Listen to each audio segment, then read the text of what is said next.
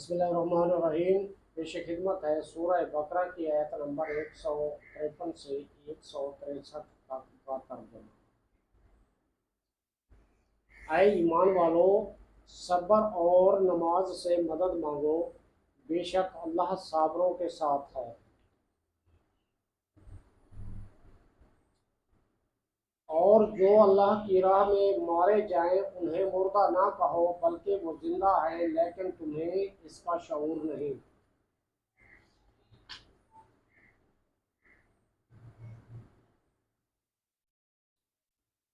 اور ہم ضرور تمہیں کچھ ڈر اور بھوک سے اور کچھ مالوں اور جانوں اور پھلوں کی کمی سے آزمائیں گے، اور صبر کرنے والوں کو خوشخبری سنا دو۔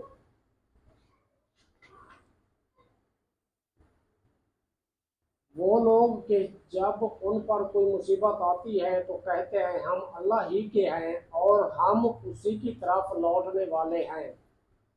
اور یہ وہ لوگ ہیں جن پر ان کے رب کی طرف سے درود ہیں اور رحمت، اور یہی لوگ ہدایت یافتہ ہیں۔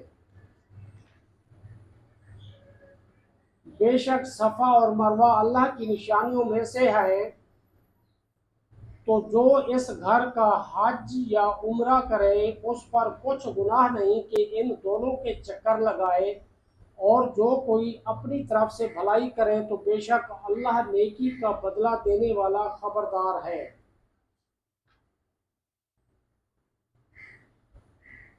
بے شک وہ لوگ جو ہماری اتاری ہوئی روشن باتوں اور ہدایت کو چھپاتے ہیں، حالانکہ ہم نے اسے لوگوں کے لیے کتاب میں واضح فرما دیا ہے، تو ان پر اللہ لعنت فرماتا ہے، اور لعنت فرمان کرنے والے ان پر لعنت کرتے ہیں، مگر وہ لوگ جو توبہ کریں اور اصلاح کر لیں اور چھپی ہوئی باتوں کو ظاہر کر دیں تو میں ان کی توبہ قبول فرماؤں گا، اور میں ہی بڑا توبہ قبول کرنے والا اور مہربان ہوں۔ بے شک وہ لوگ جنہوں نے کفر کیا اور کافر ہی مرے، ان پر اللہ اور فرشتوں اور انسانوں کی سب کی لعنت ہے۔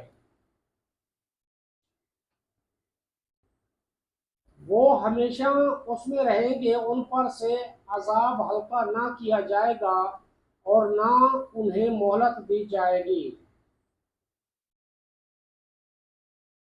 اور تمہارا معبود ایک ہی معبود ہے، اس کے سوا کوئی معبود نہیں، بڑی رحمت والا مہربان ہے۔